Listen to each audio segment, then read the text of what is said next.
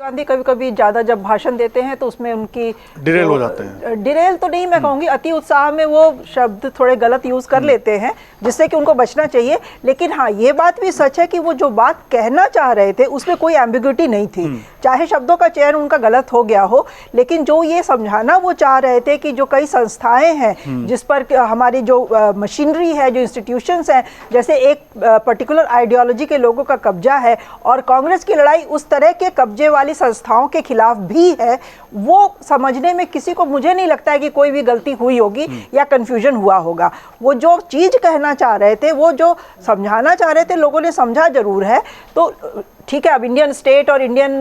Government उसको शायद वो फ़र्क करने में उनकी तरफ से चूक हुई है, लेकिन कहना जो चाह रहे थे वो मतलब साफ था। और ख़ास करके जो भागवत जी के स्टेटमेंट के कॉन्टेक्स्ट में उन्होंने कहा, मोहन भागवत जी ने भी, मैंने भी उनका भाषण सुना है, जिस तरह से 47 के स्वतंत्रता की बात की थी, एक तरह से उसको डिसमिस करने वाले टोन में बात करके उन्होंने 22 जनवरी 2024 की चर्चा की और कहा कि असल हमारी जो आज़ादी है वो अब मिली है क्योंकि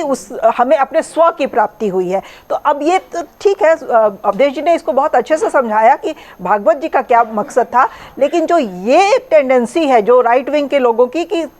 47 की हमारी जो स्वतंत्रता संग्राम की लड़ाई थी उसको नीचा दिखाना, ये किसी भी तरह से कोई भी बर्दाश्त नहीं कर सकता है। और मुझे लगता है कि राइट विंग के नेताओं को ये सोचना चाहिए, बीजेपी के नेताओं को इस पर बैठ के इंट्रोस्पेक्शन करना चाहिए, क्योंकि जो ब्रिटिश के खिलाफ हमारी लड़ाई थी, बहुत सारे लोगों ने उसमें कुर्बानी दी है, लोगों की जिंदगियां बर्बाद हो गई, स्टूडेंट्स ने कॉलेज स्कूल छोड़ दिया, लोगों ने नौकरी छोड़ दी, स्वदेशी आंदोलन में साथ हो गए, महात्मा गांधी के साथ आंदोलन में आ गए। तो उसको कम करके आंकना और उसको ये कह देना कि हमें सच्चे माने में आज़ादी नहीं मिली, ये बहुत गलत है और ये लोगों की भावनाओं को भी बहुत हर्ट करता है। खास करके ऐसे लोग जिनके की फैमिली में लोग फ्रीडम मूवमेंट से डायरेक्टली जुड़े हुए। मैं खुद एक ऐसे परिवार से हूँ जहाँ के मेरे फादर खुद फ्रीडम मूवमेंट का हिस्सा थे। कम उम्र में उन्होंने अपनी नौकरी छोड़ दी थी, पढ़ाई छोड़ दी थी, जाके गांधी जी के आंदोलन में शामिल हो गए, खादी पहनने लगे, जेल जाते जाते बचे। तो ऐसे लोगों की भावनाओं को तो इससे बहुत ठेस पहुँचती है। जो बीजेपी और उसके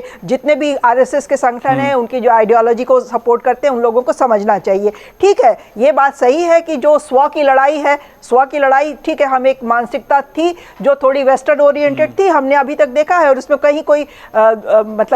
हम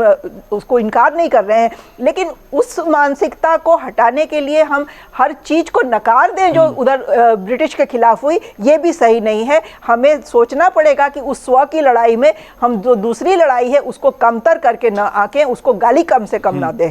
अमर उजाला जीवांजलि के सारथी की मदद लें और महाकुंभ में स्नान जरूर करें।